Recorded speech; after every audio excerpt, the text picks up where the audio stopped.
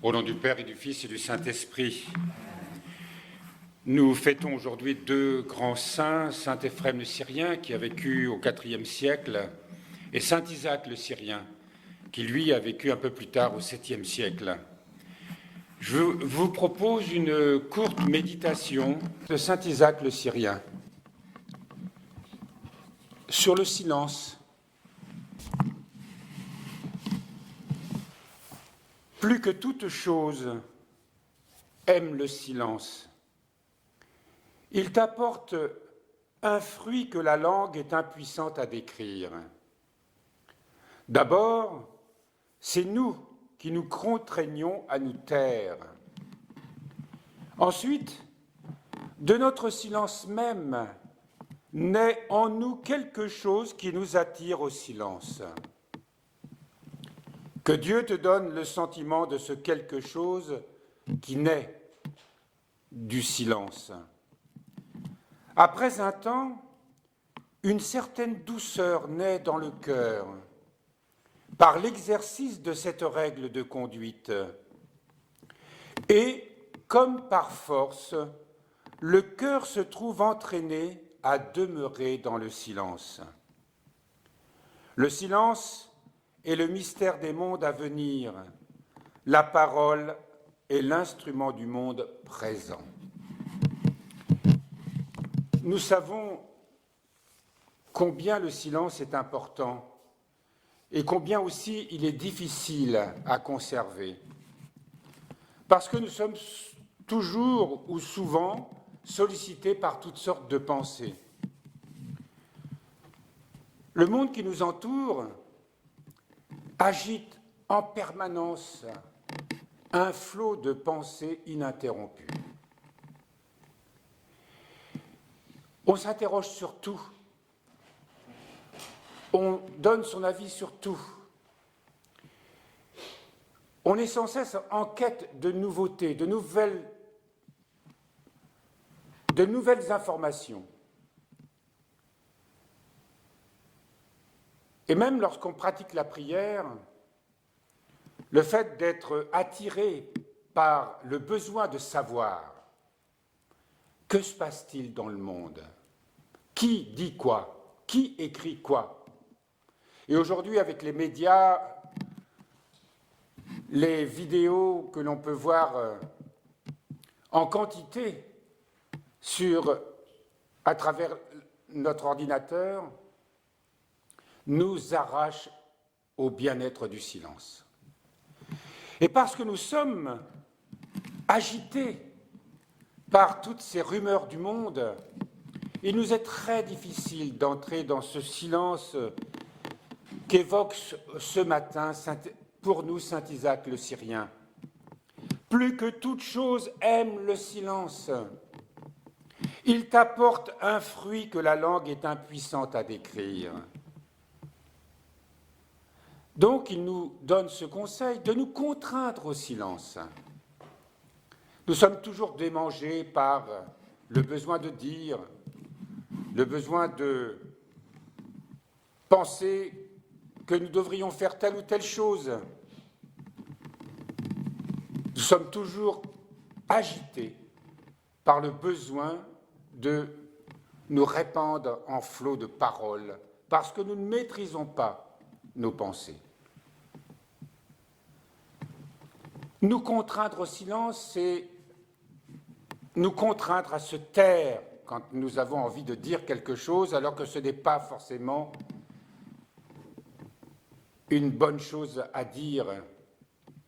Souvent, nous nous troublons nous-mêmes et nous troublons les autres. Ou tout simplement, nous vivons dans une espèce de légèreté à dire des choses superficielles. Voyez comme nos pères nous enseignent sans cesse et ce que nous prions chaque jour. Ils vivaient dans des grottes, retirés dans le désert, ou pour nos pères, retirés au plus profond des forêts, dans la solitude, dans le silence, en compagnie des animaux qui les entourent, qui eux vivent dans le silence.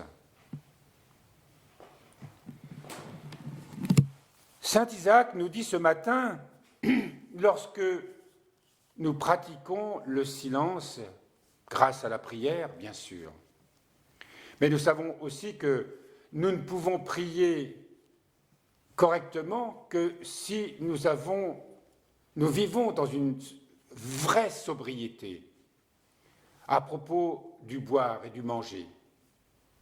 Ce n'est pas seulement avoir une sobriété dans nos pensées, mais cela commence par avoir une sobriété de vie. Ceux qui vivent dans le confort et dans l'abondance seront prisonniers de leurs pensées. Il faut, pour connaître ce bienheureux silence intérieur, vivre vraiment dans ce que nos pères appelaient l'ascèse. Donc, sobriété de vie, sobriété dans nos pensées, sobriété dans notre façon d'être tout au long du jour. Saint Isaac nous dit ce matin que de notre silence naît quelque chose en nous qui nous attire au silence. Parfois, nous sommes troublés parce que nous sentons bien que nos paroles, les paroles que nous avons dites, jettent un trouble en nous. Ou que, après coup, nous nous rendions compte que dans nos paroles et dans nos gestes, nous étions dans l'exagération ou tout simplement dans le faux. Et cela nous ramène à la nécessité de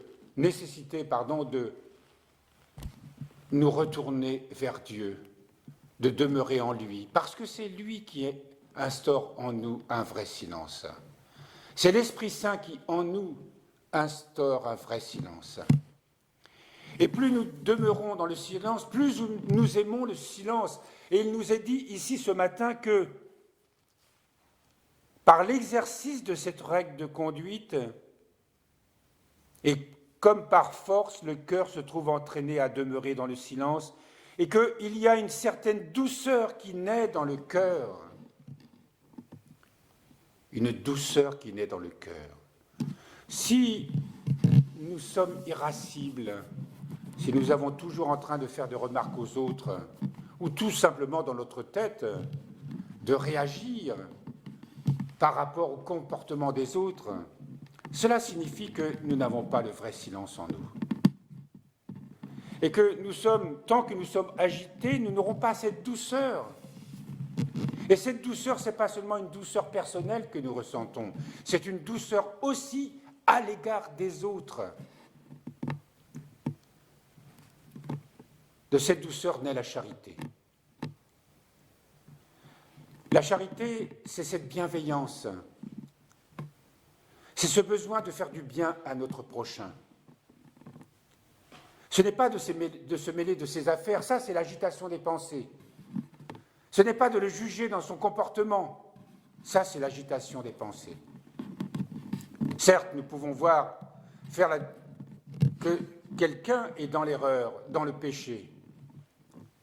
Mais cette douceur qu'apporte le silence, et qui est le signe que nous sommes en communion avec le Seigneur, nous donne envie de nous donner pour notre frère et notre sœur qui a besoin de nous, qui a besoin de notre bienveillance, de notre douceur, au moment où justement il n'a pas besoin d'être condamné, mais d'être relevé, d'être béni, d'être assisté, et souvent beaucoup plus dans le silence de notre cœur que dans des paroles. Et saint Isaac termine ce matin cette courte leçon en nous disant « Le silence est le mystère des mondes à venir. La parole est l'instrument du monde présent. »